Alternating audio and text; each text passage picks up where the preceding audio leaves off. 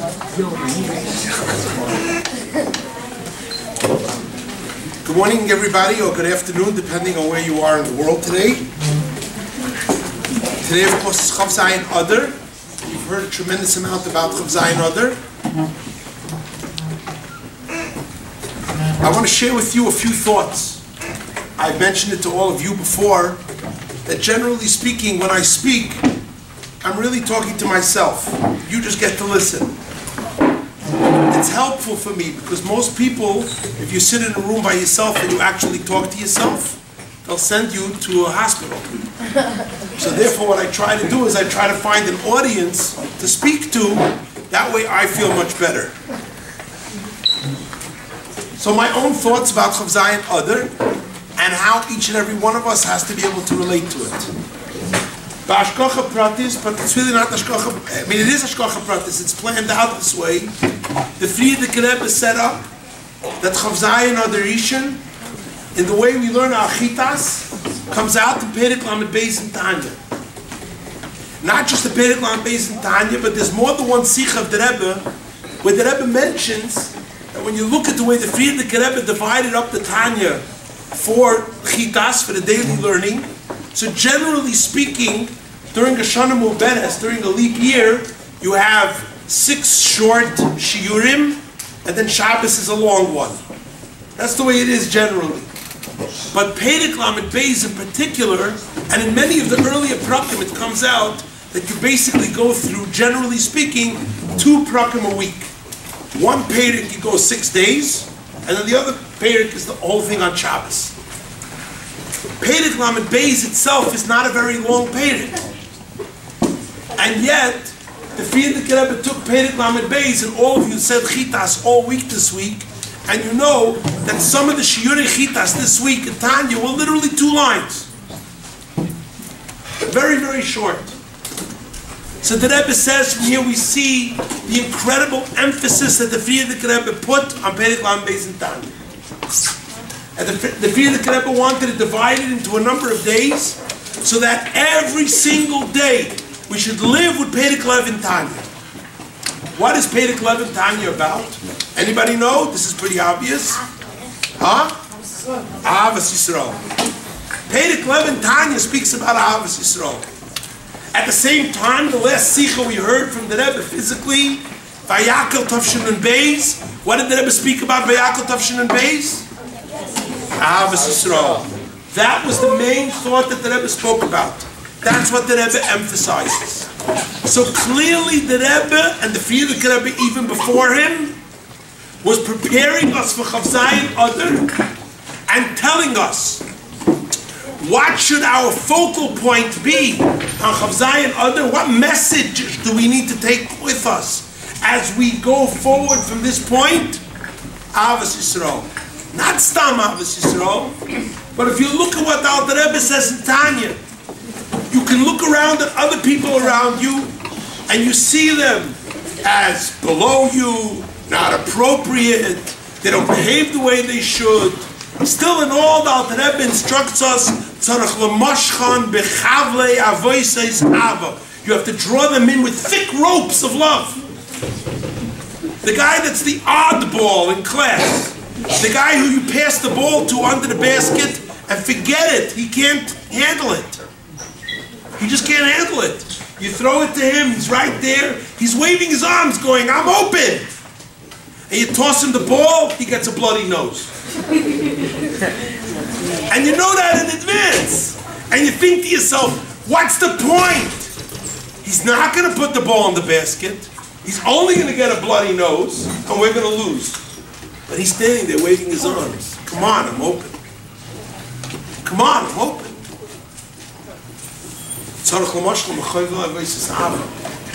That person too, you bear an obligation to show a passionate love for him. To see to it that he too feels involved. That he doesn't feel like an outsider, an outcast. It wasn't so long ago when I went to the yeshiva. Like 100 years. I know what it was like to be part of the in crowd, and then there's the other guys. Perek Lamed Beis in Tanya the Sicha Vayakel Tafshin and Beis. What does the Rebbe want from every single one of us? And the Rebbe sets in motion this process. Because think about it this way.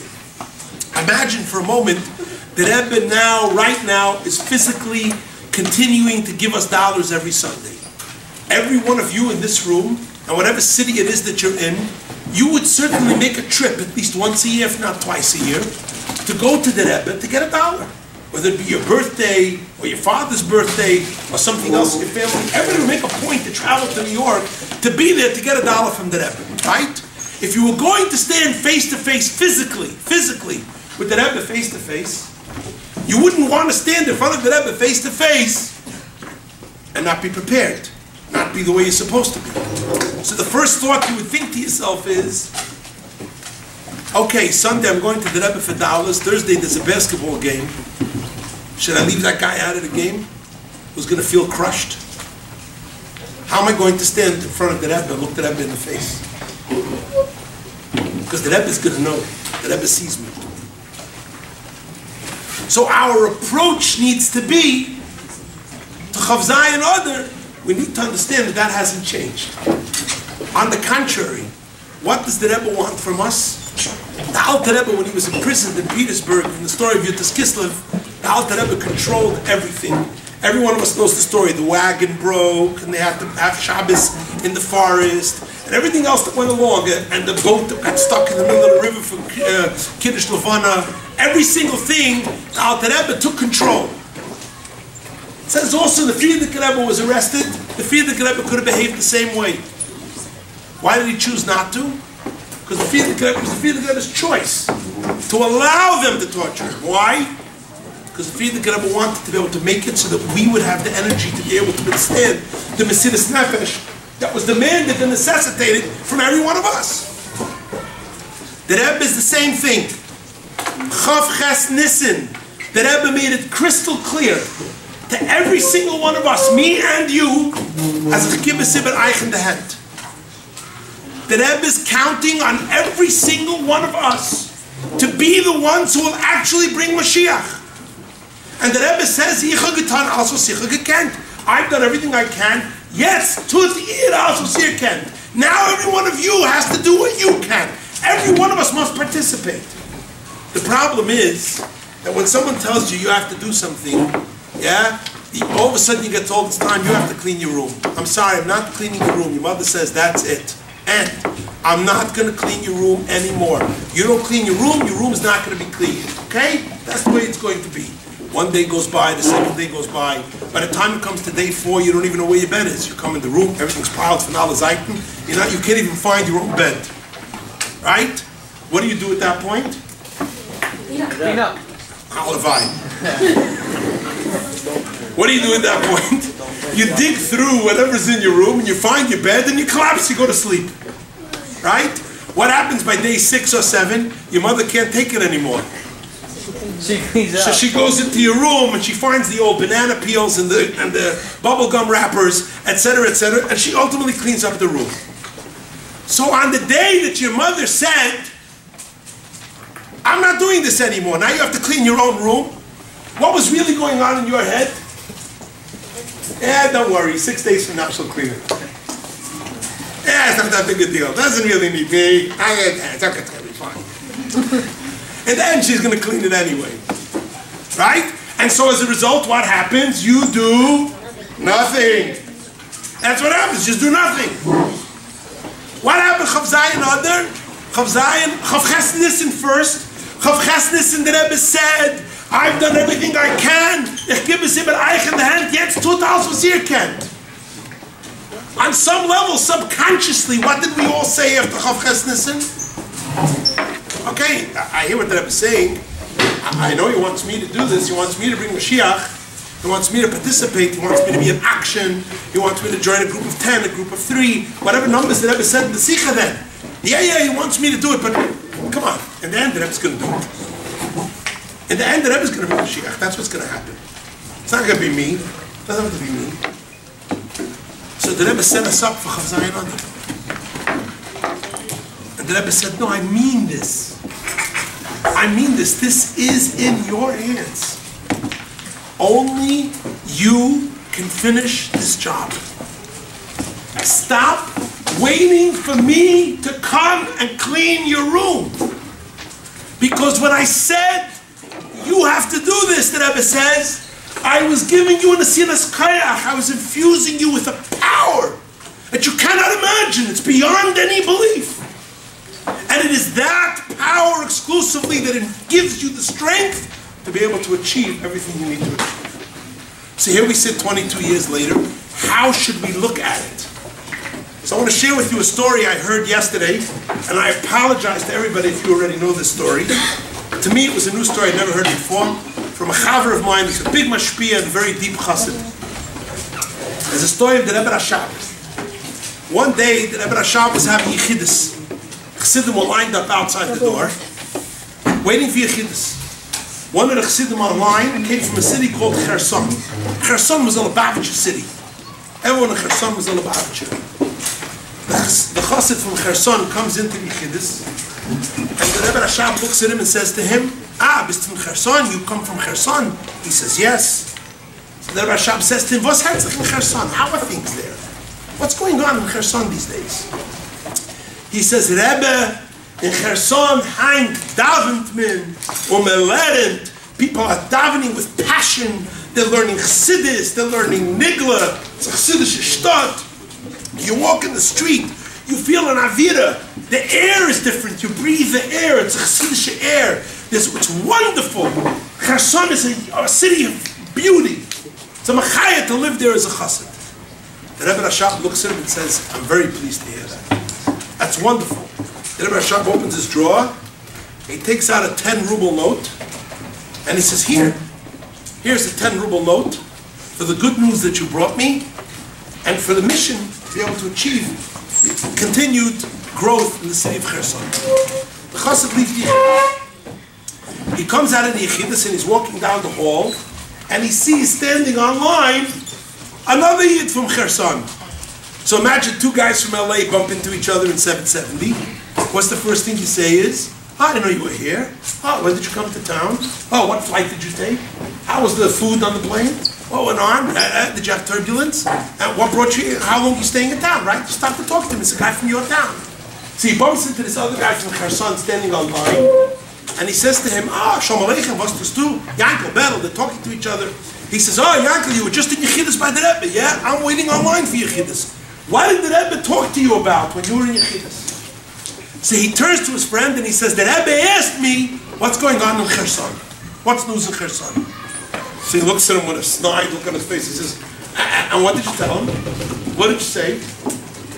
He says, what do you mean? I told the Rebbe I'm a davin. I told the Rebbe I was miladent. I told the Rebbe it's on fire. It's a passion. It's a beauty. It's a machayah to live in the city of Kherson. He starts to scream at him. Yankel, Ligned, you liar. You liar. Don't you know that Moshe and Shmedel are fighting over control of the shul? And that this one and that one are arguing over this. And when it comes to davening in the morning, yeah, there's 2 or 3 people davening by Hoida, but the rest of the shul comes and runs out the door. And this and that, and all these other things that are wrong with the city of Kherson. He says, how could you lie to the Rebbe in the face? How could you lie? He says, what did the Rebbe say when you finished this report that was a filthy lie? He said, the Rebbe was very pleased. He gave me a 10 ruble note. He wished me atzlach and bracha and everything I'm doing. Fat! Fat, dear! Disgusting! How could you talk that way to the Rebbe? Wait till I come into Yechidus. I will straighten this out. I'll fix this. He waits down the line. Comes his turn. He goes into Yechidus by the Rebbe Rashab. The Rebbe Rashab looks at him and goes, from Kherson, name? Aren't you from Kherson? He says, yeah.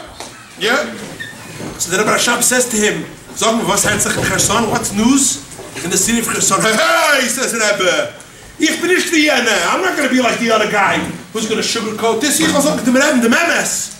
Chabad mont Emes. Chabad, the man, you tell the truth. I'm going to tell the Rebbe the truth. This one and this one is arguing all day long, and there's this battle over this, and there's a mess over here, and the Malamdim are no good, and the kids are no good, and the parents are no good, and everything's no good, and the food is no good, and the Kiddush is no good. Everything's no good in Kherson.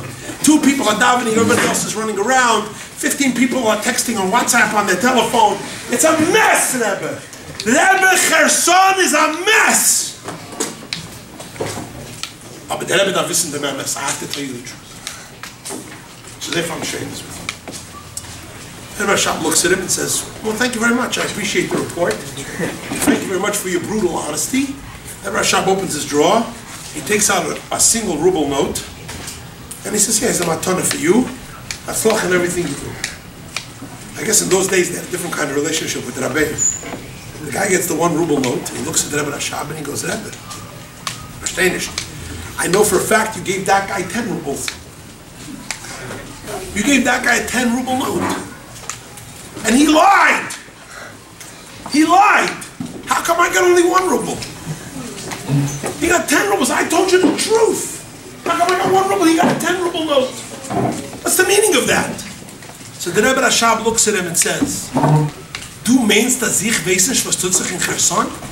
Are you under the impression that I don't know what's going on in Kherson? Do you think I needed to hear from him what's going on in Kherson? Or from you what's going on in Kherson? I didn't need to hear from either one of you. I know quite well every single thing that's going on in Kherson. Why then did I ask? I wanted to hear how you view it. I wanted to know what your perspective is. I wanted to know how you approach it. I wanted to know what you think of it. That's what I wanted to hear. So from him I heard, there's an opportunity. Things are going well. We have a chance here that we've never had before in the history of mankind. And so therefore, I gave him 10 ruble. You, I'm not saying you're lying, 100%. Every single flaw that you brought out in Kherson, absolutely true. I know it already, you don't have to tell me, I already know. I'm way ahead of you. But you're focused on that, you're fixated by it, you're consumed with it. Why? Why are you so consumed with it? How does that help you? How does that bring you closer to the achievement of your goal? How does that bring you to a place where you can fulfill your purpose in creation? It doesn't. It just leaves you wallowing in mud.